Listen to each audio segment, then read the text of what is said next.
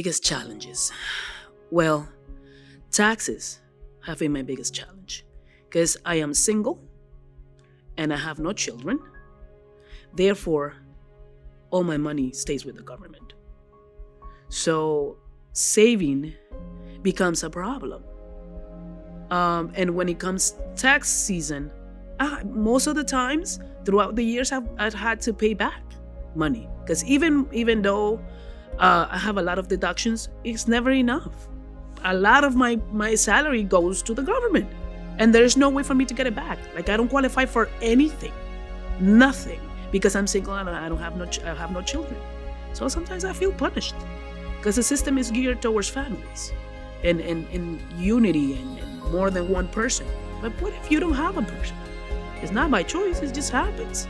So I think one of my biggest challenges would be taxes. It's like it takes all my money. I'm not a shopper. I don't spend, I manage my debt well. Like, all of that stuff is not a problem. I have good credit, I'm on point, but most of my money stays in my paycheck. So like I was saying, the pandemic made it such that since I didn't have to drive to work, I didn't have to pay lunch, I didn't have to do all of those things, I managed to be able to save. In my case, my parents are retired and they didn't prepare for their retirement. Their first, they migrated in the 80s. My dad in the 80s, my mom in the 90s. And they didn't think about retirement. They just thought about the day-to-day because they couldn't afford to think about the future. They had to live in the here and now. So that made it such that now they don't have any 401ks, any retirement. They rely on Social Security. And it's not enough. They don't get enough, not even to pay their rent. So now I have to take care of them through the little salary that I get, because everything else goes to my taxes. And even if I do put them on my taxes, I don't get anything because they're adults. They're not supposed to be under me. So the laws do not account for that. So again, that's a little harder for me. My dad is 86 years old, and my mom is 79. She just turned 79 last week. So they're getting older in age. The economic hardship goes throughout the whole nation. Inflation is really hitting us hard because even though there's a lot of work, salaries are not reflecting the rate at which inflation is hitting us. And they keep talking about the Fed and the interest rate and blah, blah, blah. But nobody talks about how is the Fed being, I guess, accompanied by other measures. Different dynamics in different areas may pose different solutions. But I don't hear solutions. I only hear problems. I think nonprofits can have the conversation with governments to address the gaps. Meaning, I'm one of those gaps. Like, I make enough money not to qualify for any single program you can think of. But at the end of the day, it's not enough what I make. Like, the lines of poverty are like, I guess, 3 people with $22,000 or something, according to wherever you live and what have you. But really?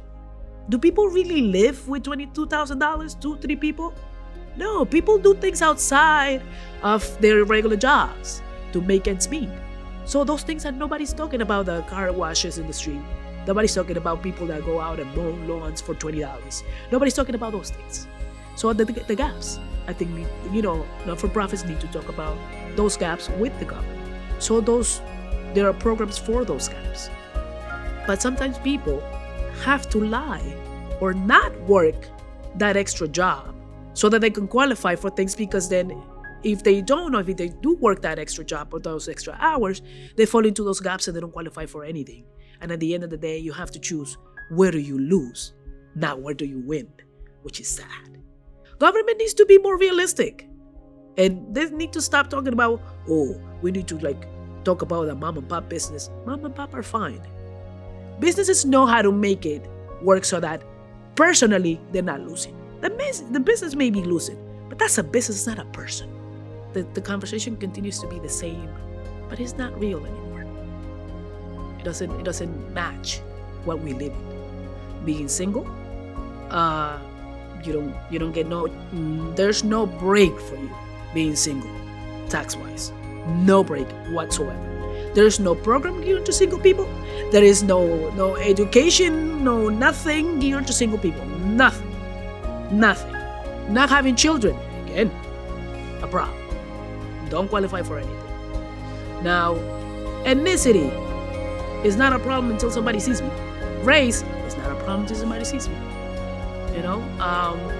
Sometimes it is, sometimes it's not. Sometimes people have a problem with you having achieved whatever you have achieved, assuming that you have achieved it on somebody else's back because you are X, Y, and Z, which is not the case. Also, having an accent plays a role. I'm kind of lucked out. My accent is not that heavy, but I still have one. And at the end of the day, I discovered at this age that we all do, depending on where you're from. No matter whether you're a native English speaker or not. You are more likely to get promoted if you're single because they expect you to work more hours as opposed to people that have children. Sometimes you're singled out to do extra projects. So it is a problem as well because you want to be owner of your time as well. Why? Just because I don't have a child or expected to spend time with a child doesn't mean I don't have other things that I want to do with my own time or my own life. I know I'm not the norm. And as far as my ethnicity, my race, and who I am when it comes to my name, so it's kind of like it can be used as an advantage at many levels, kind of like upsetting what could come negatively because of my ethnicity and race. Basically, the gaps is the most important thing. I'm the gap. I'm the gap everywhere. No children, no being single, no marriage, no nothing. Hey, I've even thought about, a marriage of convenience, just for money. but it's okay.